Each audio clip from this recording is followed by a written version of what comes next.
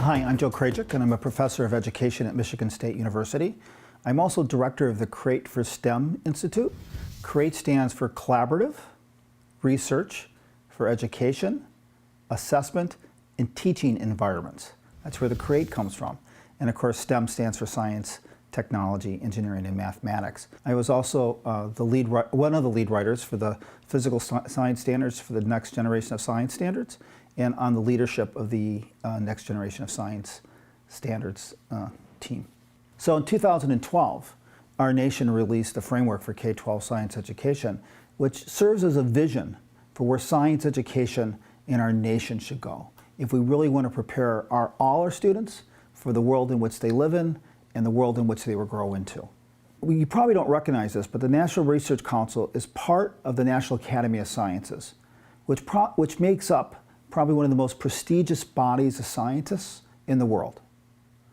And it gave the approval of this document. So when you look at the framework for K-12 science education, it has the stamp of approval of perhaps the most prestigious body of scientists in our world, certainly in our nation. It was that document, the framework for K-12 science education, that was used to design the next generation of science standards. The next generation of science standards was actually written by teachers from throughout our nation, as well as people from higher education and the business world. There are 30 teachers from throughout our nation that served as primary writers.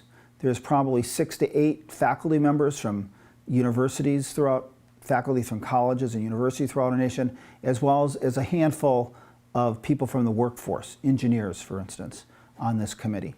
And it was that major committee that actually drafted, you might say, the next generation of science standards, oversaw the process, but it was teachers who wrote them. There were states in our nation that just gave tremendous feedback to the writing committee. So the committee would draft something, send it out to the states, and then receive just a feedback that would shape what those standards were like. Once we got a draft that we saw it looked pretty nice, it was then shipped out to basically the world, the United States to look at, as well as key stakeholders, the National Science Teachers Association, AAAS, the American Chemical Society, the American Physics Society, the Biological Sciences, all gave critical feedback to the next generation of science standards. So when you stop and you ask, who wrote the next generation of science standards? You know, there was 30 teachers from throughout our nation, plus another odd 14 people.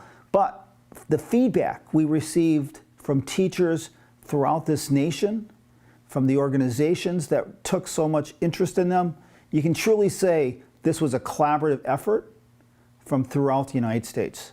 This was truly a document written by teachers to basically enact, to basically give a vision, to take that vision that was in the framework and make it more concrete. That's how the next generation of science standards was developed.